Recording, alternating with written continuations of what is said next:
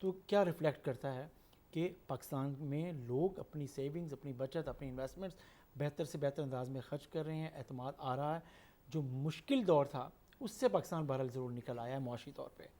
جی میں ٹھیک ہو گیا. افتخار صاحب آپ کیا کہیں گے حکومت کی کارکردگی؟ یہی سوال اگر آپ سے کروں تو اب تک جی کی کیا بالکل، رہی؟ جمشید صاحب نے جو بات کی ہے میں اسی کو تھوڑا سا آگے بڑھاؤں گا. جب یہ حکومت آئی تھی، رجیم چینج ہوئی تھی، تو اس وقت حکومت نے ایک نعرہ لگایا تھا کہ سیاست نہیں ریاست بچاؤ. تو حکومت تب سے لے کے اب تک جو ہے نا ریاست کو بچانے میں لگی ہوئی ہے. بہت سارے ان کو مشکل فیصلے بھی کرنے پڑے ہیں جن سے عوام جو ہے وہ ناخوش ہے، لیکن حکومت نے کوشش کی ہے کہ سب سے پہلے جو ہے پاکستان کو اپنے پاؤں پہ کھڑا کیا جائے. پاکستان کے اوپر جو ایک برڈن تھا، بوجھ تھا ڈیفالٹ ہونے والا، اس کو دور کیا جائے. پھر اس کے علاوہ بہت سارے ایسے مسائل تھے جو حکومت نے آتے ہی پہلے اس پر توجہ دی ہے. ظاہری بات ہے حکومت کے پاس ابھی بڑا ٹائم ہے، تو اب آہستہ آہستہ حکومت عوام کی طرف آ رہی ہے تاکہ عوام کو بھی ریلیف ملے، عوام کا اعتماد بھی بحال ہو. صرف کیونکہ جس طرح حکومت نے جب اقتدار سنبھالا تھا، سابقہ حکومت جو پی ٹی آئی کی تھی، اس وقت تو صورتحال بہت گمبھیر تھی، حالات بہت خراب تھے. تو حکومت نے اپنی سیاست کے بجائے ریاست کو بچانے کے لیے ہنگامی اقدامات کیے ہیں، جس کی وجہ سے ان کو بہت سارے غیر مقبول فیصلے بھی کرنے پڑے ہیں. تو اب میں سمجھتا ہوں حکومت بہتری کی طرف جا رہی ہے، جس کے نتائج آنے والے دنوں میں عوام تک بھی پہنچیں گے. حکومت اس وقت انٹرنیشنلی اگر ہم اعتماد کی بات کریں، وہ تو بحال ہو چکا ہے، وہ تو آپ کے سامنے ہے. پوری دنیا، جس طرح جمشید صاحب نے کہا، تمام مالیاتی ادارے جب چاہے پاکستان جتنا چاہے وہ پیسہ قرض دینے کے لیے تیار ہیں. اس سے پہلے ہم نے دیکھا جب اس حکومت نے اقتدار سنبھالا تھا تو مالیاتی ادارے جو ہیں وہ پیسہ دینے کے لیے انکاری تھے. بڑے جتن لگائے حکومت نے، جو ہمارا جو سیٹ اپ تھا جو رجیم چینج ہونے کے بعد والا تھا، تو انہوں نے 1-1.5 سال میں اپنا اعتماد بحال کیا ہے. مالیاتی ادارے اب جتنا پاکستان چاہتا ہے اتنا وہ پیسہ دینے کے لیے تیار ہیں. پاکستان میں بڑے بڑے جو پروجیکٹس ہیں ان پر بھی کام ہو رہا ہے. پاکستان میں جو خاص طور پر جو انویسٹر ہے ان کے لیے بھی ماحول سازگار بنایا جا رہا ہے تاکہ جو انویسٹر پاکستان سے مایوس ہو کے چلا گیا تھا وہ پھر سے واپس آئے، تاکہ ان کو ایک اچھا ماحول ملے اور پاکستان میں جو ہے ترقی ہو. پاکستان کے خاص طور پر جو پاکستان کے عوام ہیں ان کو اپنے ملک میں جو ہے روزگار میسر ہو. تو اب چیزیں بہتری کی طرف آ رہی ہیں. میں سمجھتا ہوں کہ اس حکومت کا بھی بڑا ٹائم پڑا ہے، تو یقینی بات ہے اب حکومت کا اگلا جو فوکس ہوگا وہ عام آدمی کو ریلیف دینے کا ہوگا. تو میرے خیال میں جلد یہ چیزیں عوام تک پہنچیں گی. ٹھیک ہو گیا. جمشید صاحب، پی ٹی آئی میں گروپ بندی جاری ہے، جیسے کہ ہم جا رہے ہیں بانی پی ٹی آئی سے لے کر نیچے اگر آتے جائیں دیکھتے جائیں تو کہیں اتفاق اور کہیں اتحاد نظر نہیں آتا. پارٹی کے اندر ہی انتشار ہے، پارٹی کے اندر ہی گروپ بندی کی گئی ہے. اس کے ساتھ ساتھ یہ بھی ہم دیکھ رہے ہیں کہ بائی الیکشن تو آنے والے ہیں، لیکن اس میں پی ٹی آئی اس میں حصہ لے گی یا نہیں، سوال یہ پیدا ہوتا ہے. نہیں، میرا خیال ہے اس پہ اگر آپ نے نظر رکھی ہو چیزوں پر تو میرا خیال ہے کہ یہ اناؤنس ہو گیا ہے فیصلہ کہ پی ٹی آئی ضمنی انتخابات میں حصہ لینے نہیں جا رہی ہے. آج بھی بانی پی ٹی آئی سے ان کی جو بہنوں نے ملاقات کی ہے اور اس کی بعد جو انہوں نے میڈیا سے بات کی ہے اس میں انہوں نے واضح کر دیا کہ ہم کسی ضمنی الیکشن میں حصہ نہیں لے رہے. اس لیے انہوں نے دیکھیں نا کہ اسی طرح اسٹینڈنگ کمیٹیز جو ہیں پارلیمنٹ کی، سینٹ کی ہو یا قومی اسمبلی کی، اس سے بھی انہوں نے کہا کہ مستعفی ہونے کا فیصلہ کر لیا ہے. تو اس کا مطلب ہے کہ اب تیسری اہم جو خبر آ رہی ہے وہ یہ آ رہی ہے کہ جوڈیشل کمیشن میں 2 لوگ تھے. رپورٹس یہ ہیں کہ بانی پی ٹی آئی نے یہ بھی کہہ دیا ہے کہ جوڈیشل کمیشن میں جو ہمارے 2 لوگ ہیں انہیں بھی وہ بھی اس سے جوڈیشل کمیشن سے الگ ہو جائیں. تو اس کا مطلب یہ ہے کہ ایک اہم آئینی جو معاملات ہیں اس میں پی ٹی آئی اپنا کوئی رول رکھنا ہی نہیں چاہتی. وہ صرف دباؤ ڈال رہی ہے حکومت پر کہ دیکھیں اگر ہم جوڈیشل کمیشن سے بھی اپنے لوگ واپس بلا رہے ہیں تو یہ جو دباؤ ڈالنے والی جو پالیسی ہے یہ اس کا حصہ ہے کہ آپ ضمنی الیکشن سے بھی آپ جوڈیشل کمیشن ہر ادارے سے جہاں پہ پی ٹی آئی کو سیاسی رول پلے کر سکتی تھی یا قومی کردار ادا کر سکتی تھی اس سے پیچھے ہٹ رہی ہے. وہ ابھی بھی سمپل یہ لگ رہا ہے کہ اپنی جارحانہ حکمت عملی یہ ہے کہ وہ کسی بھی ایسے کنسٹرکٹیو کام میں حصہ نہ بنے جس سے ملک آگے بڑھا ہو، انسٹیبل سی چیزیں چلیں. تو مجھے یہ لگ رہا ہے کہ اس سارے آج کہ اس سے اگر جو آپ نے سوال کیا تو اس میں اب یہ ہے کہ قومی اسمبلی میں اپوزیشن لیڈر کے لیے پی ٹی آئی نے نامزد کیا ہے جو حمایت کریں گے محمود اچکزئی صاحب کی. اسی کے سے سینٹ میں علامہ راجہ ناصر عباس صاحب کو کر دیا ہے. تو اس سے اگر آپ دیکھیں تو لگ یہ رہا ہے کہ جیسے میں نے پہلے کہا، میرا خیال یہ ہے کہ پی ٹی آئی لا تعلق ہے پاکستان سے، پاکستان کے عوام سے، جمہوری نظام سے، پارلیمانی نظام سے. وہ صرف ایک ہی اگریسو پالیٹکس صرف یہ کرنا چاہتی ہے جس کے تحت ملک میں انسٹیبل چیزیں ہوں. اور یہ جو ایشو ہے آئی تھنک یہ نیگیٹیوٹی ہے کہ اگر آپ کردار ادا نہیں کریں گے قومی اسمبلی میں، سینٹ میں، پارلیمنٹ میں، جمہوریت میں اور قومی اداروں میں، تو پھر آپ کا رول ہے ملک کے لیے بہتری کے لیے، آپ کیا سوچتے ہیں؟ یہ ایشو ہے آئی تھنک. ٹھیک ہے افتخار صاحب، اگر P T I by election میں پارٹیسپیٹ نہیں کرتی، حصہ نہیں لیتی، تو پھر آپ کیا دیکھ رہے ہیں؟ اس سے کیا فائدہ ہوگا، کیا نقصان ہوگا، ایسا کیوں؟ دیکھیں نقصان تو ان کو ہوگا جو میدان چھوڑ کے بھاگیں گے. میں یہ سمجھتا ہوں کہ پی ٹی آئی کا یہ سیاسی فیصلہ نہیں ہے، جذباتی فیصلہ ہے، کیونکہ جب تک اگر آپ عوام میں نہیں ہوں گے تو ظاہری بات ہے آپ کچھ بھی کریں، جو ایک پروسیس ہے اس کا حصہ بننا بہت ضروری ہے. میرے خیال میں جس طرح آپ نے سوال کیا کہ اختلافات تو پہلے بھی موجود تھے، لیکن جیسے انہوں نے قومی اسمبلی میں اور سینٹ میں اپوزیشن لیڈر ہٹا کے ان کا اعلان کیا ہے، محمود خان اچکزئی کا اور ان کا علامہ ناصر عباس کا، تو اس کے ساتھ ہی میرے خیال میں پارٹی کے اندر اختلافات شدت اختیار کر گئے ہیں. پارٹی کے اندر ابھی بہت سارے مسائل کھڑے ہونے والے ہیں. ابھی جس طرح بات کر رہے ہیں کہ انہوں نے الیکشن کا بائیکاٹ کیا ہے، صرف ایک سیٹ ہے جو میاں اظہر کی وفات پہ خالی ہوئی ہے، اس پہ وہ لڑ رہے ہیں. باقی جو سیٹیں جن پہ یہ ڈسکوالیفائی ہیں ان پہ وہ انہوں نے بائیکاٹ کیا ہوا ہے. جیسے جمشید صاحب نے بات کی کہ وہ ہر پروسیس سے اپنے آپ کو ویڈرا کر رہے ہیں. ایک حد تک ایک طرف تو وہ دھمکیاں لگاتے ہیں، سائڈ سے نکل رہے ہیں پروسیس سے.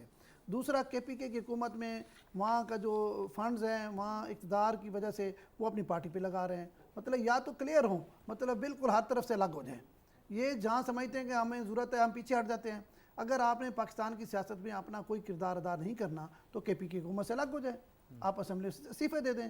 ماضی میں بھی آپ نے دیا، ماضی میں استعفے آپ نے دیے، اس کا آپ نے خمیازہ بھگتا، آپ کی پارٹی میں کو کتنا نقصان ہوا. میرے خیال میں یہ ان کا انتہائی غیر سیاسی اور جذباتی فیصلہ ہے، جو مستقبل میں جا کے ان کو اندازہ ہوگا کہ انہوں نے ماضی میں کیا نقصانات یا کیا انہوں نے غلط فیصلہ کیا تھا. تو میرے خیال میں ان کی پارٹی میں اب اختلافات جو ہیں وہ مزید جو ہے نا وہ شدت اختیار کریں گے. ٹھیک ہو گیا. لیکن اگر مجازت دیں تو آپ نے بات کی کہ یہ پارٹی نیگیٹیولی، اصل مسئلہ یہ ہے کہ لگتا یہ ہے کہ بانی پی ٹی آئی صرف اپنی رہائی کے لیے دباؤ ڈال رہے ہیں اور وہ اپنی جماعت کو اس لیے استعمال کریں، اس لیے ان کے نزدیک قومی اداروں کی قومی اداروں کی، جمہوری اداروں کی ان کی کوئی حیثیت نہیں ہے. وہ کہتے ہیں کہ کسی بھی طریقے سے ہم اپنی مرضی کے جو ہمارے سیاسی ترجیحات ہیں ہم اس کے اوپر جائیں. سر ایک تو کہتے ہیں کہ سیاسی ترجیحات، دوسری طرف حکومتی اخراجات پہ اپنی پارٹی کے معاملات بھی تو چلا رہے ہیں نا. یا تو بالکل پھر حکومت سے الگ ہو جائیں. اب عوام کو اس کا فیصلہ کرنا چاہیے کہ جہاں مجھے فائدہ ہے وہاں تو میں کھڑا ہوں، جہاں مجھے نقصان ہو رہا ہے وہاں میں خود بڑا کر رہا ہوں. مطلب یا تو اسمبلی الگ ہو جائیں، پھر مطلب عوام میں جائیں، عوام کو بتائیں کہ ہم جی اقتدار چھوڑ کے آپ کے پاس ہیں، پھر سمجھ آتی ہے کوئی سیاسی فیصلہ ہے. ادروائز تو اب لوگوں کو پتہ ہے کہ پچھلے دیکھیں 12 سالوں میں کے پی کے کی جو حالت ہے، اب ان کا کام عوام میں نہیں رہا. اب صرف وہ اس کے جو فنڈز ہیں، جو اس کی مراعات ہیں یا جو اس کے فائدے ہیں وہ اٹھا رہے ہیں. باقی تو ان کا جس طرح آپ نے بات کی ان کا ایک 1 پوائنٹ ایجنڈا ہے عمران خان کی رہائی. اس کے علاوہ نہ عوامی مفاد میں انہوں نے کوئی بات کرنی ہے، نہ ملکی مفاد میں کرنی ہے، نہ قانون سازی میں کوئی بات کرنی ہے. جس طرح آپ نے بات کی کہ جوڈیشل کمیشن سے بھی اپنے بندے وڈرا کر رہے ہیں، تو اس کا مطلب وہ جو مین پاکستان کے کاز ہے اس سے تو الگ اپنے آپ کو کر رہے ہیں. اچھا خود سے لا تعلق بھی ہو رہے ہیں، پھر کے پی کے فنڈ جو ہیں، کے پی کے جو وسائل ہیں وہ استعمال بھی کر رہے ہیں. بھائی آپ اس کو بھی اس سے بھی الگ ہو جائیں. تو میرا یہ ہے کہ اگر واقعی اگر آپ سمجھتے ہیں کہ آپ کے ساتھ بھائی بڑی زیادتی ہوئی اور آپ اقتدار سے الگ ہو رہے ہیں تو کے پی کے کا بھی فیصلہ ساتھ کریں. ٹھیک ہو گیا. افتخار صاحب، کہا یہ جاتا ہے کہ حکومت اپوزیشن کو گلے لگا کے رکھتی ہے، ان کو کبھی کبھی سپیس بھی دے جاتی ہے تاکہ ساتھ جڑے رہیں.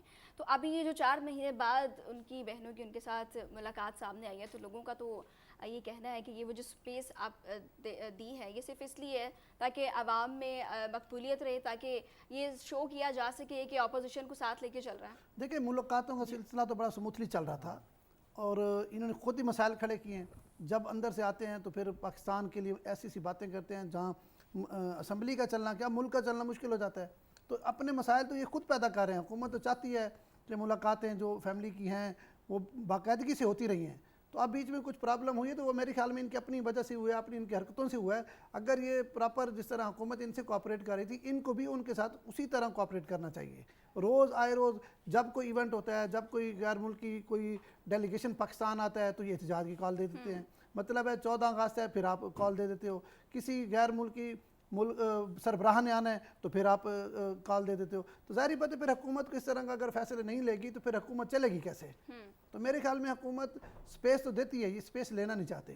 اب اسمبلیوں سے الگ ہونا یا مطلب جس طرح اسٹینڈنگ کمیٹیوں سے الگ آنا, یہ حکومت نے تو نہیں کہا, یہ اپنے طور پہ الگ ہو رہے ہیں نا. حکومت نے تو ان کو اسٹینڈنگ کمیٹیوں کے چیئرمین بنایا ہوا تھا, تمام وسائل ان کو دے رہے ہیں, جہاں جہاں ان کی جگہ بنتی تھی اپوزیشن کی وہ سارے ان کو حقوق دیے ہوئے تھے. دیکھیں جب آپ ایک سپیس دیتے ہیں نا, جیسے پی ٹی آئی خود کو الگ کر رہی ہے اہم قومی معاملات سے, خاص طور پہ پارلیمانی جمہوری نظام میں, اور الیکٹڈ پلیٹ فارمز جو آپ کے پاس میسر ہیں, ایوان میسر ہیں, اگر آپ اس سے بھی لا تعلق ہو رہے ہیں تو اس کا مطلب ہے کہ آپ کا بلیو پارلیمانی جمہوری نظام پر نہیں ہے. تو پھر آپ اسمبلی کے ممبر کیوں ہیں؟ پھر آپ اسمبلی کے ممبر بھی نہ ہو. اگر آپ کوئی کردار ادا نہیں کرنا چاہتے, حالانکہ اسٹینڈنگ کمیٹی میں جیسے پبلک اکاؤنٹس کمیٹی ہے, کتنی اہم کمیٹی بڑی ہے, اہم کمیٹی ہے, آج بالکل, اس اس کے کا بغیر اجلاس سسٹم نہیں تھا, چلنا. آج اس کا اجلاس تھا, اس میں جو چیئرمین ہے جنید اکبر خان وہ نہیں گئے ہیں, تو اس کے اوپر وہاں پہ آج نوید قمر صاحب نے اس کی سربراہی کی ہے, چیزیں کی ہیں کہ اس کے بغیر کیسے اجلاس, تو لوگوں نے کمیٹی نے خود ہی چن لیا. دیکھیں جمشید صاحب, گزارش یہ ہے یہاں ان کا مسئلہ صرف اور صرف عمران خان ہے. مطلب پارٹی کے اور لوگ بھی تو گرفتار ہیں, کبھی ان کی بات آپ نے نہیں سنی. مطلب مخدوم شاہ محمود قریشی صاحب بھی جیل میں ہیں, پارٹی کے وائس چیئرمین ہیں, ان کی کبھی بات نہیں ہوئی. ان کا 1 پوائنٹ ایجنڈا ہے کہ عمران خان کو رہا کرو. اگر عمران خان کو رہا نہیں کرنا, نہ وہ پاکستان کے کسی آئین کو مانتے ہیں, نہ کسی پاکستان کے اسمبلی کو مانتے ہیں, نہ کسی پاکستان کی حیثیت کو مانتے ہیں, تو مطلب اس طرح تو پھر آپ سیاست تو نہیں کر سکتے. تو پھر گلا کس بات کا کہ آپ کو سپیس نہیں ملتی؟ جب آپ کی ایسی حرکتیں ہوں گی تو پھر سپیس کا کیسا شکوہ؟ ٹھیک ہو گیا. 9 مئی پر معافی, پچھتاوا یا پھر اظہار شرمندگی, خواجہ آصف نے پی ٹی آئی کو ایک فارمولہ پیش کر دیا ہے. سر اس فارمولے پہ اگر آپ چاہیں تو میں چاہتی ہوں کہ اس پہ بات کی جائے. فارمولہ کیا ہے؟ دیکھیں بات سنیں, انہوں نے جو بیان ہے کہ جی آپ گرفتاری اگر آپ خود کیوں نہیں دے رہے, جب آپ سزا یافتہ ہو گئے ہیں تو پھر آ کے گرفتاریاں دینا. جیسے میاں نواز شریف صاحب نے جب سزا یافتہ ہوئے تھے تو انہوں نے آ کر خود گرفتاری تھے, بیرون ملک تھے, واپس آ کر انہوں نے ایئرپورٹ پہ, آپ کو یاد ہے کہ ان کو گرفتار کیا گیا تھا, انہوں نے آ کے, تو وہ کہتے ہیں اگر آپ کے پاس اصول ہے, اگر آپ کسی قانون کو مانتے ہیں اور اگر آپ سزا یافتہ ہو گئے ہیں تو پھر آئیں نا اور آپ مانیں اور بتائیں کہ یار آپ اخلاقی طور پہ ان قوانین کو مانتے بھی ہیں, چیزیں بھی کرتے ہیں. تو ان سزاؤں کو جس انداز میں ضمانت کے لیے کیا جاتا ہے, آپ ایک فرض کیا, اب دیکھیں زرتاج گل صاحبہ کو سزا ہوئی فیصل آباد کیس میں, چیزوں میں, تو انہوں نے جا کے پشاور ہائی کورٹ سے ہمیں ریٹ کر کے اپنی سزا کو معطل کروانے کی کوشش کی اور چیزیں کی, اپیل کیا, تو چیزیں کی. تو اگر آپ یہ دیکھیں تو وہ جو گریس ہے سیاسی رہنما کی, کہ اگر آپ سمجھتے ہیں یہ سیاسی کیس ہے, اگر یہ سمجھتے ہیں کہ آپ کے خلاف ایک کارروائی ہوئی ہے اور عدالت نے فیصلہ سنا دیا ہے, تو پھر آپ اسے ویسے ہی کریں, بجائے یہ کہ آپ مختلف راستے ڈھونڈیں اور اپنی چیزوں کو مینیج کرنے کی کوشش کریں. تو اس پر یہ جو مشورہ ہے کہ آپ بھی گرفتاریاں ویسے ہی دیں جیسے گریس کے ساتھ جب ان کے خلاف سزا سنائی تھی, اس وقت بھی ان کا یہ کہنا تھا خواجہ آصف کا کہ جناب کہ جی جو سزا ہے وہ ٹھیک نہیں سنائی گئی ہے, لیکن انہوں نے ملک کے قانون کا احترام کرتے ہوئے گرفتاری پیش کر دی تھی, خود آئے تھے بیرون ملک سے, تو انہوں نے کوئی راہیں نہیں ڈھونڈی تھیں, فرار نہیں ہوئے تھے.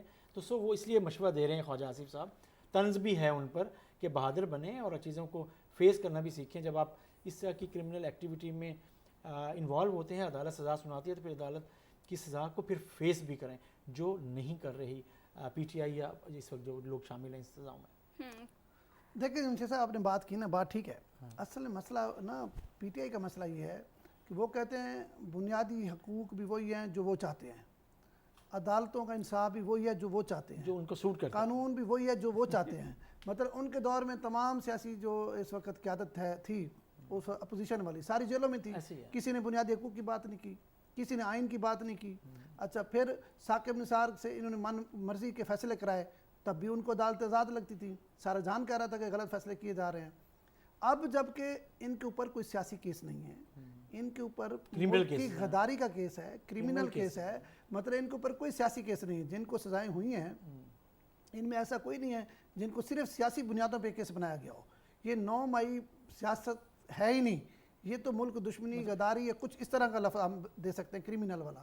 تو اس پر تو آپ سیاست کر ہی نہیں سکتے. ویسے میں کہتا ہوں سیاست ہونی چاہیے, نہیں ہونی چاہیے, لیکن ہم ماضی قریب میں بات کریں جو پچھلی حکومت تھی, اگر آپ کو یاد ہوگا تو اپوزیشن لیڈر تھے میاں شہباز شریف صاحب, وہ گرفتار تھے ان کی حکومت کے دور میں ہوئے تھے. بالکل ایسے ان کے بیٹے حمزہ شہباز گرفتار تھے اس وقت, جبکہ باپ بھی گرفتار تھا.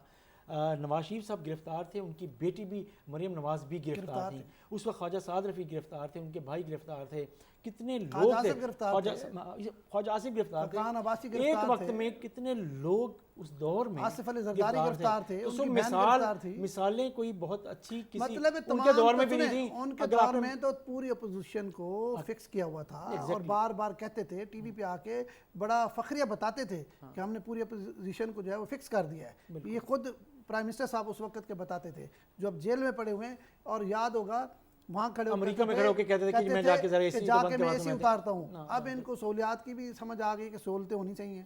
مطلب یہ ہے کہ میں یہ سمجھتا ہوں کہ جو آپ اصول اپنے لیے بناتے ہیں دوسروں کے لیے بھی اسی طرح سوچیں، لیکن یہ کہتے ہیں کہ ہم من پسند فیصلے جو ہے نا وہ ہمیں قبول ہیں، اگر ہمارے خلاف کوئی فیصلہ آتا ہے تو پھر عدالتیں بھی بیسڈ ہیں، اور پھر ملک میں کوئی بنیادی حقوق بھی نہیں ہیں، اور پھر قانون بھی کوئی نہیں ہے۔ 9 مئی کا جو کیس ہے وہ اس طرح کی باتوں سے سیاسی باتیں کر کے یا سیاست کے پیچھے چھپا نہیں جا سکتا۔ تو لوگ تو بات کر رہے ہیں وہ نا، آپ صاحب نے یہی کہہ رہے ہیں کہ آپ کیس کو قانونی نکات کی بجائے سیاسی بنیادوں پہ لڑنا چاہتے ہیں، آپ کو جو چیزیں کرنی چاہیے وہ آپ نہیں کر رہے ہیں، اسی وجہ سے آپ عدالتوں میں سیاسی سٹانس لیتے ہیں اور کیس کو ایویڈنس کی بنیاد پہ اس کا سامنا نہیں کرتے ہیں یا اس کو دفاع نہیں کرتے ہیں اس کا۔ تو یہ ایک بڑا مسئلہ کیسز میں یہ بھی آ رہا ہے کہ وکلا میڈیا ٹرائل کے ذریعے عدالتوں پہ پریشر ڈالنے کی کوشش کریں، دیکھیں پی جو ٹی آئی حقائق کی ہیں، صاحب سنیں، پی فیکٹس ٹی ہیں، آئی کی اس کو سر پی ٹی آئی کی آپ تاریخ دیکھ لیں، جب ان کی اپنی حکومت تھی یا اس کے بعد یہ عدلیہ پہ مسلسل سوشل میڈیا کا پریشر دے کے اپنی مرضی کے فیصلے کراتے رہے ہیں، تاریخ گواہ ہے، تو یہ اب اس کے عادی ہو چکے ہیں۔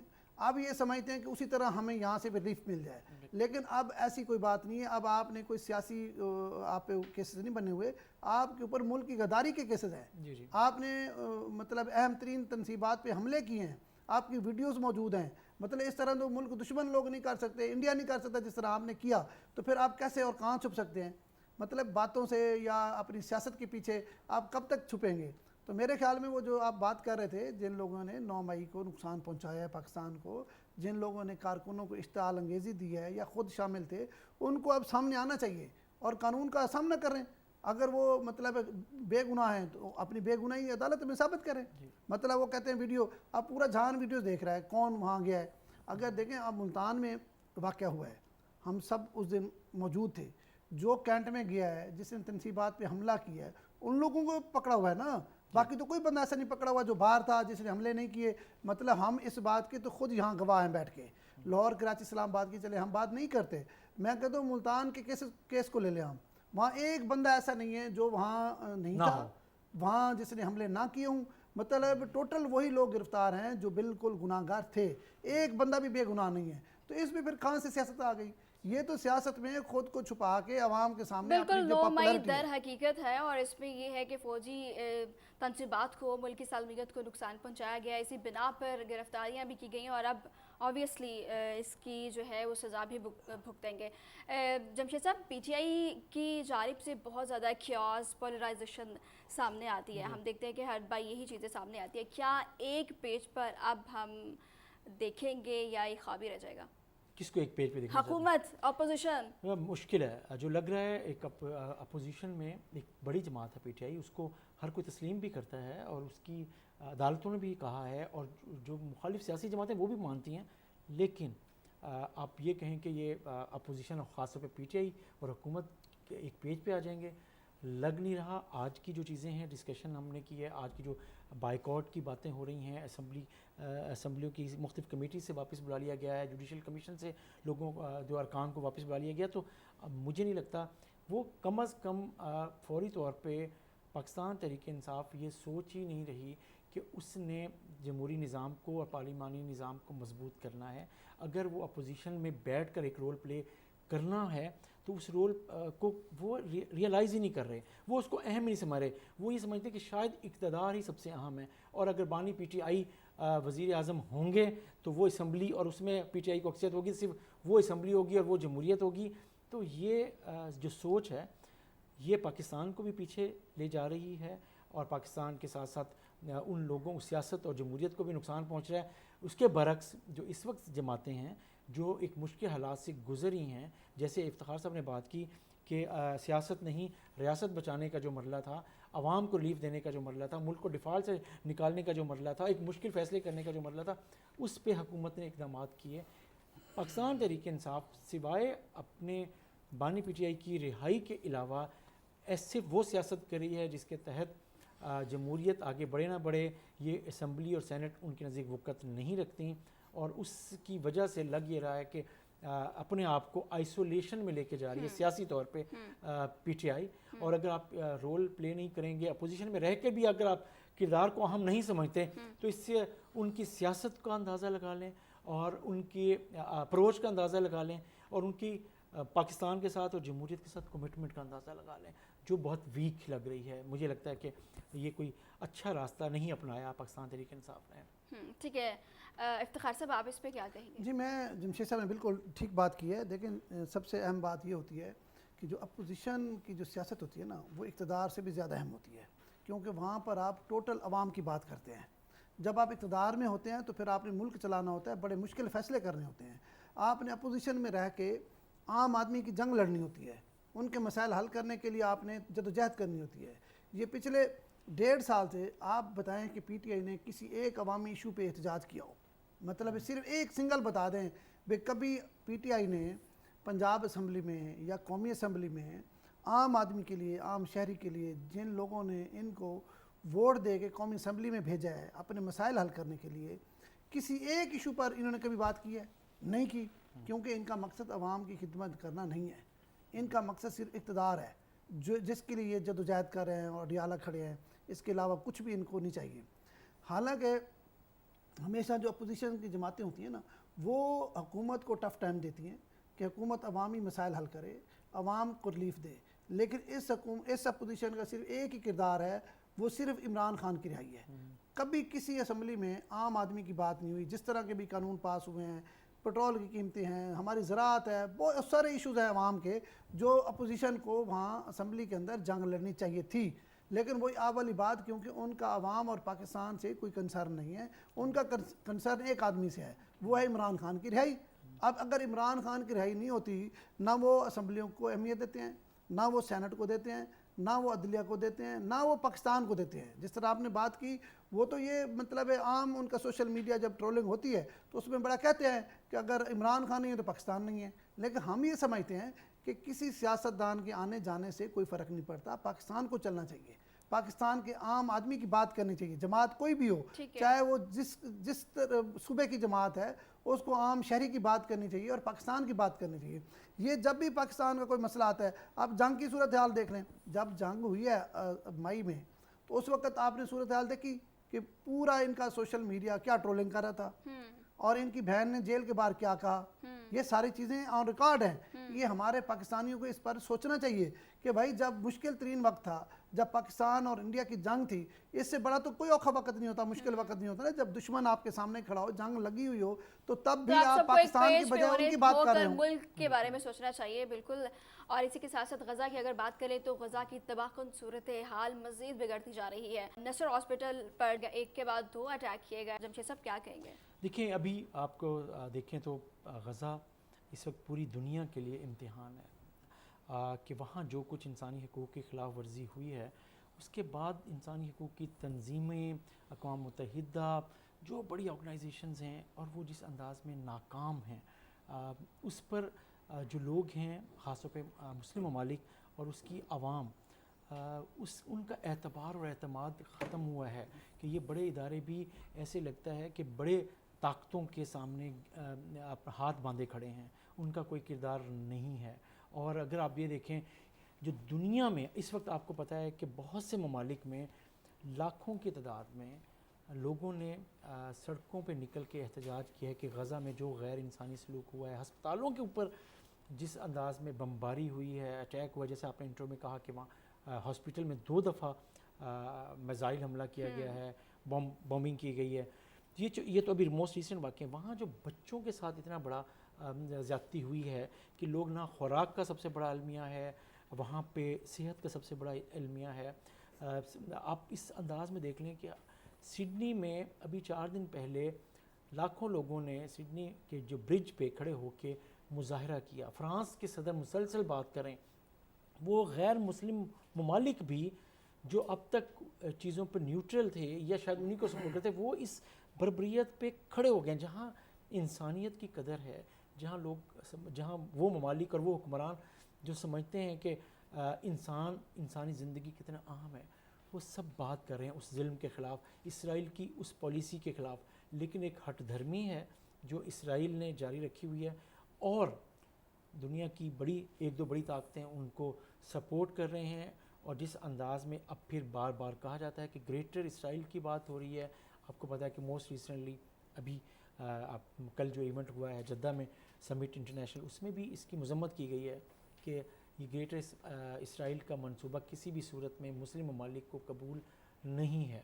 تو لیکن اسرائیل اس پر ہر حال میں ایک جنون سوار ہے، وہ یہ کرنا چاہتا ہے. تو اور میرا خیال ہے کہ اب مسلم ممالک اور ایون غیر مسلم ممالک بھی اسرائیل کے ہر اس اقدام کے خلاف اب مذمت کھل کے کر رہے ہیں جس میں انسانیت اس کے ظلم کا شکار ہو رہی ہے. ایک مرحلہ ہے کہ اب بھی وقت ہے کہ عالمی طاقتیں، عالمی ادارے، مسلم ممالک سب اسرائیل پر دباؤ ڈالیں کہ اس غزہ کی بربریت کو روکیں، اور جو گریٹر اسرائیل اپنی جو توسیع پسندانہ اس کے جو عزائم ہیں اس کو روکیں. دنیا میں اب آپ کو پتہ ہے کہ چین نے یہ بات کی ہے، ایون روس نے یہ بات کی ہے، پاکستان، مسلم ممالک سارے یہ بات کر رہے ہیں کہ گریٹر اسرائیل کا جو منصوبہ ہے وہ قابل مذمت ہے. فلسطین کی 2 ریاستی حل کے علاوہ کوئی حل قبول نہیں ہے کسی دنیا کو. لیکن اسرائیل ہے کہ اس نے ریکارڈ قائم کر دیے ہیں کہ کس انداز میں ظلم کی جو رات ہے اس نے اسے جاری رکھا ہوا ہے، اس کو بڑھایا جا رہا ہے فلسطینیوں کے لیے، عام فلسطینیوں کے لیے. لوگوں کا اعتبار اور اعتماد ایون بڑے اداروں پہ جن کا کردار بن سکتا ہے بڑے ممالک پر، وہ بھی کمزور بھی ہوا ہے اور لوگ اس کی مذمت بھی کر رہے ہیں. اب لوگ سڑکوں پہ نکل بھی رہے ہیں پوری دنیا میں، اور غیر مسلم ممالک کے لیے تو اس کو کوئی بھی دفاع نہیں کر سکتا اسرائیل کی کسی بھی قدم کو. ٹھیک ہو گیا. افتخار صاحب، بھارت امریکہ تعلقات نازک موڑ پر، اسی کے ساتھ ساتھ چین اور ہم اگر امریکہ کی بات کر لیں تو وہ بھی ایک خطرناک موڑ میں داخل ہو گئے. آپ نے دیکھا کہ میگنیٹک برآمدات پر 200% ٹیرف کا کہہ دیا گیا ہے کہ اگر آپ کریں گے تو، اگر آپ اس کو روکیں گے تو پھر اس پہ چائنا کا بھی بڑا اچھا ریاکشن آیا. 50% بھارت پہ بھی ٹیرف عائد کر دیا گیا ہے جس کا نوٹیفیکیشن بھی جاری کر دیا. کیا کہیں گے؟ بالکل ایسے. دیکھیں، سب سے پہلے تو ہم پاکستان کی بات کرتے ہیں.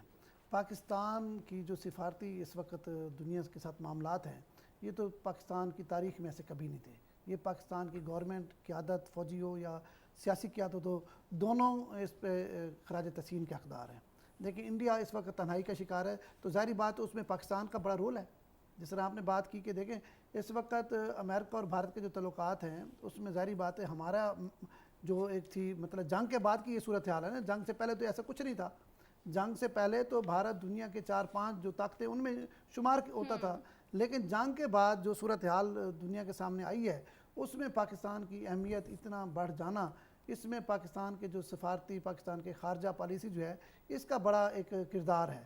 تو میں یہ سمجھتا ہوں یہ جو آپ نے بات کی ہے نا انڈیا کی، اب انڈیا کے لیے اور بڑے مسائل پیدا ہونے ہیں. جس طرح ٹرمپ نے کل بات کی ہے، اب تو شدت اختیار کر گیا نا، 4 فون اسے نہیں اٹھائے تو اس پہ ظاہری بات ہے ان کو مزید غصہ ہے. کل جرمن اخبار نے اس کا انکشاف کیا، جمشید صاحب کو اس بات کا اندازہ ہوگا. تو میرے خیال میں اس میں بھارت ظاہری بات ہے ہمارا دشمن ہے، نہ اس نے ہمارے خلاف کبھی موقع جانے دیا ہے، نہ ہم نے کبھی ان کے خلاف موقع جانے دیا ہے. تو ایک بہترین موقع تھا، پاکستان نے اس کا بھرپور فائدہ اٹھایا ہے. پاکستان نے جنگ کے بعد جس طرح جارحانہ طریقے سے پوری دنیا کو اپنی طرف موڑا ہے، تو یہ ایک اپنی مثال آپ ہے میرے خیال میں. نہیں، اس کے ساتھ ساتھ آپ جو بات کر رہے ہیں ہم اس کو آگے بڑھائیں. آپ نے تو پاکستان کے پرسپیکٹیو میں بات کی. جو ان کا سوال تھا کہ جی اس وقت بھارت امریکہ میں چل کیا رہا ہے، اور چائنا اور امریکہ کی ٹریڈ وار کے بعد اب جو بھارت اور اس کا ہے، تو اس کو اگر ہم دیکھیں تو بھارت کی جو مودی سرکار ہے وہ ہٹ دھرمی پہ ہے، اسے اپنے ملک کے عوام کا بھی خیال نہیں ہے. اب یہ دیکھیں کہ وہ جو ٹیرف ہے، آپ کو پتہ ہے کہ جو 55% ایکسپورٹس ہیں بھارت کی، وہ 35% مہنگی ہو گئی ہیں. اب اس وقت آج سے، جیسے آپ نے بات کی کہ ہوم لینڈ سیکیورٹی نے جو نوٹیفیکیشن جاری کیا کہ اس کے تحت آج سے 50% ٹیرف لگے گا، کیونکہ وہ جو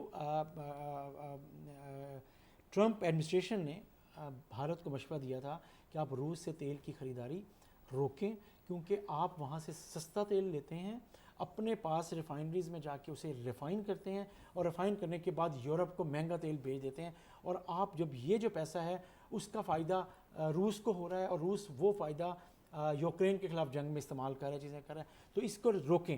اس کو اس مشورے پر بھارت نے عمل نہیں کیا اور رکا.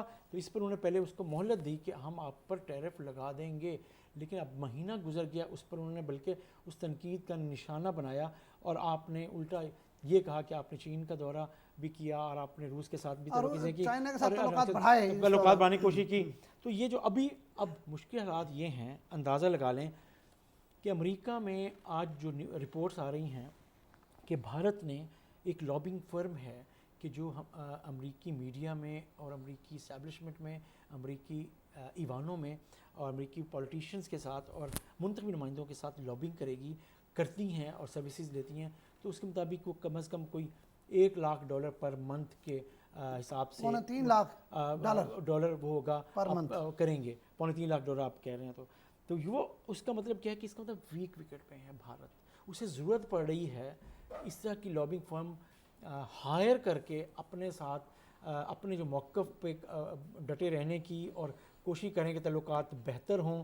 لیکن بار بار آپ نئے منتخب امریکی صدر ٹرمپ کو جس انداز میں ڈس اون بھی کر رہے ہیں، جب انہوں نے کہا کہ جی پاکستان بھارت جنگ میں امریکہ کیا کیا کردار تھا، میرا کیا کردار تھا، آپ نے اسے رد کیا.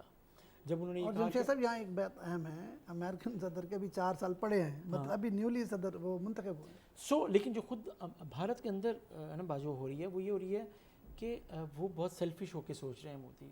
وہ یہ نہیں دیکھ رہے کہ آپ بھارت کے ساتھ سالانہ کم از کم 75 سے 85 ارب ڈالر کی آپ کی ایکسپورٹس ہیں بھارت کو. تو اگر آپ اس سرکل کو اور اس کو ڈیمیج کرتے ہیں تو اکانومی پہ کتنا اثر پڑے گا. اور آپ کے اس وقت اندازہ ہو رہا تھا کہ آج میں ایک رپورٹ پڑھ رہا تھا کہ صرف ایک سیکٹر میں، شاید گارمنٹس کا سیکٹر ہے، اور اس میں 55 لاکھ لوگ ہیں جو ان فیکٹریز میں کام کرتے ہیں جن کے آرڈرز امریکی پورٹ پہ پڑے ہیں. تو وہ ان کے بے روزگار ہونے کا خطرہ پیدا ہو گیا ہے.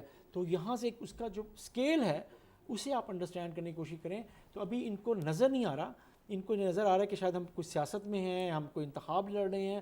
جو ملک ہوتے ہیں، جو قوم ہوتا ہے، جب آپ کے اوپر 1,40,00,000,000 لوگوں کی ذمہ داری ہے تو آپ سیاسی گول کی بجائے آپ ان کے پیٹ اور روزگار کو دیکھیں، اپنی ترجیحات اور اپنی اناؤں کو سائڈ پہ رکھیں، اس حقیقت کو سامنے کریں. جو ہم دیکھ رہے ہیں کہ امریکہ چائنا کو جو دھمکی دے رہا ہے کہ اگر میگنیٹ کی برآمدات کو محدود کیا تو 200% ٹیرف ہے. تو اگر ایسا ہو جاتا ہے، چائنا اپنی میگنیٹ کی برآمدات کو محدود کر دیتا ہے، تو اس سے امریکہ کو کیا امپیکٹ پڑے گا کہ وہ ابھی سے اتنا شور مچا رہا ہے؟ دیکھیں اس پر تو کافی ڈیولپمنٹ بھی ہو چکی ہے جس پر آپ بات کر رہی ہیں. امریکہ چین نے بھی تو پھر جو چیزیں اس کی ایکسپورٹ پہ تھیں اس نے اس پہ بھی کہا کہ چلیں ہم بھی ہم وہ ریئر ارتھ منرلز کی جیسے بات ہو رہی ہے، وہ جو چپس کی ضرورت ہوتی ہے، مائکرو چپس کی ضرورت ہوتی ہے، اس پر چین نے بھی پابندی لگا دی کہ اس کی ایکسپورٹ نہیں ہوگی. تب آپ کو پتا کہ دوبارہ بیٹھ کے بات ہوئی اور وہ جو ٹیرف 125% پہ چلا گیا تھا وہ واپس آیا چیزیں میں. تو ان دونوں ممالک کی جو ٹریڈ وار ہے اس میں جو باقی ممالک ہیں انہیں اپنی سپیس ڈھونڈنی ہے اور اپنی سپیس ڈھونڈ کر اپنے ملک کی اکانومی کو بہتر کرنا ہے. اصل مسئلہ تو لوگوں کا روزگار کا ہے، اپنے ملک کی اکانومی کا ہوتا ہے نا. انائی نہیں ہوتی سیاست میں. سیاست میں حقائق کو سامنے رکھ کر راستے ڈھونڈے جاتے ہیں جس کے تحت آپ اپنے ملک اور قوم کی خدمت کر سکیں. یہاں مسئلہ ہو رہا ہے کہ ایسے لگ رہا ہے کہ امریکہ کے ساتھ اس طرح کا جانا آؤٹ رائٹلی ایک آپ نئے منتخب صدر کو آپ چیلنج کر رہے ہوں اور وہ پھر آپ کو بار بار یقین دہانی بھی کرا رہے ہوں کہ ہم کیا کر سکتے ہیں، وہ کر بھی رہے ہیں جیسے آپ بات کریں. یہ چیزیں دیکھیں چین تو امریکہ کا مقابلہ کر سکتا ہے، اب بھارت تو نہیں کر سکتا. تو یہ کریں کہ آپ کی چین کی پوزیشن اور ہے، بھارت کی پوزیشن اور ہے. جو اس وقت بھارت کی انڈسٹری ہے، بھارت کی جو ایکسپورٹس ہیں اور امریکہ کے ساتھ جتنا ان کے ٹائز ہیں، وہ جب ابھی صرف 1 مہینے کے بعد ہی لوگ کہہ رہے ہیں کہ آپ کو پتہ لگ جائے گا کہ آپ کہاں کھڑے ہیں. اور اس لیے آپ دیکھیں کہ بھارت کی جو اسٹاک ایکسچینج ہے وہ کیسے نیچے آئی ہے، چیزیں آئی ہیں. ایک فگر میں نے آپ کو ویسے شیئر کیا کہ 35% قیمتوں پر ٹیرف کی چیزیں ہوئی. تو یہ چیزیں ایسا نہیں ہیں جس کو آپ ہم اور آپ سمجھ رہے ہیں کہ شاید مودی صاحب یہ سمجھ رہے ہیں کہ بہت آسان ہوگا اور شاید یہ سیاسی نعرے بازی ہے، میں نے شاید کیرالہ کا الیکشن لڑنا ہے، جیتنا ہے. یہ چیزیں کہ اسٹیٹ کے الیکشن کے لیے مجھے ایک اینٹی اسٹیبلشمنٹ امریکی انٹرنیشنل اسٹیبلشمنٹ امریکہ کے خلاف میں شاید بات کر کے ووٹ لے لوں گا، تو ایسا نہیں ہو سکتا. تو آپ اپنے ملک کا نقصان کر رہے ہیں اور مودی صاحب پہلے بھی نقصان کر چکے ہیں پاکستان کے خلاف، جنگ شروع کر کے منہ کی کھانی پڑی ہے، اور اس وار میں بھی میرا خیال ہے کہ بھارت کی قیادت کو، جو منتخب قیادت ہے، اس کو اپنی ہٹ دھرمی کی وجہ سے منہ کی کھانی پڑے گی ایک دفعہ پھر۔ ٹھیک ہے، اگلی بات کرنے سے پہلے آخر میں آپ سے یہ جاننا چاہوں گی کہ دونوں ممالک کے ٹریڈ وار سے گلوبل اکانومی پر کتنا افیکٹ پڑے گا؟ افتخار صاحب نے تو کچھ فگر اور فیکٹس پر بات کی۔ دیکھیں جمشید صاحب نے بات ٹھیک کی ہے، جب چین اور امریکہ کی لڑائی ہے نا، اس میں چھوٹے ملکوں کو دیکھنا ہے کہ انہوں نے اپنے آپ کو بچانا کیسے ہے۔ جنگ تو دو ہاتھیوں کی ہو رہی ہے نا، دو بڑے ملک ہیں، دونوں مطلب سپر پاور ہیں، تو اسی لیے پاکستان نے بھی اپنی پالیسی بنائی ہے کہ دونوں طرف اپنے معاملات صحیح رکھے ہیں۔ اس میں سب سے ڈیمیج تو انڈیا ہو رہا ہے اس وقت کی صورتحال جو نظر آ رہی ہے۔ چائنا اور امریکہ کو آپس کی لڑائی میں تو کچھ اینڈ میں جا کے کہیں نہ کہیں بیٹھ جانا ہے، یہ تو آپس میں مطلب کب تک لڑیں گے، دونوں کو پتہ ہے کہ دونوں سپر پاور ہیں۔ تو میرے خیال میں یہاں چھوٹے ملکوں کو جو ہے نا وہ اپنی پالیسی ایسی بنانی چاہیے جس میں جمشید صاحب نے جیسے کہا کہ بڑی تعداد میں لوگ جو ہیں وہ بے روزگار ہوں گے، بہت سارے ملک پیچھے چلے جائیں گے، تو اس میں چھوٹے ممالک کو اپنی پالیسی پر نظر ثانی کرنی چاہیے۔ ٹھیک ہو گیا، اب بات کر لیتے ہیں سیلاب کی تباہ کاریوں کے حوالے سے کہ کس طرح سے سیلاب نے پورے ملک کو اپنی لپیٹ میں لے لیا ہے، اور اسی کے ساتھ ساتھ بھارت کے اونچے ہتھکنڈے بھی جاری ہیں، جس میں ہم نے دیکھا کہ 3 دریاؤں میں پانی چھوڑ دیا گیا ہے، بیاس، ستلج اور راوی پر۔ سر کیا کہیں گے؟ خواجہ آصف صاحب کا ہی بیان آج آ رہا ہے کہ وہ کہتے ہیں کہ آبی جارحیت ہے، لگ ایسے رہا ہے کہ بھارت نے یکدم پانی سٹاک کیے رکھا اور ایک ہی وقت میں چھوڑا ہے، جیسے آپ نے بات کی کہ ستلج کا پانی اور چناب میں چھوڑا گیا ہے اور تیسرا راوی کا ہے۔ تو 3 دریاؤں میں جو پانی اس وقت سیلاب کی جو صورتحال پیدا ہوئی ہے، اس کا یقیناً اگر بھارت سے جیسے دشمن سے نا ہمیں ہر توقع رکھنی چاہیے، اور اسے ہم صرف قدرت اور فطرت کے حساب سے نہیں دے سکتے، یہ صرف شاید ایسی بات ہے جس کا تعلق بھارت کی، پاکستان کی اکانومی، عوام اور حکومت کو پریشان کرنا ہو پاکستان کی، یہ بھی ایک چال ہو سکتی ہے۔ لیکن اس وقت پاکستان کو خاص طور پہ پنجاب میں 3 دریاؤں میں سیلابی کیفیت کا سامنا ہے، اور خاص طور پہ آج لاہور اس سے گزر رہا ہے، اور آپ کو پتہ ہے کہ اس وقت گجرات دریا چناب میں سیلابی ریلا ہے، اب خانکی سے گزرتا ہوا قادر آباد کی طرف بڑھ رہا ہے، اسی طریقے سے شاہدرہ پہ پریشر ہے، اس وقت لاہور میں پریشر ہے، اور آپ کو پتہ ہے کہ جو ستلج کا پانی ہے وہ بہاولپور اور بھاول نگر کے ایریاز میں تباہی مچا رہا ہے۔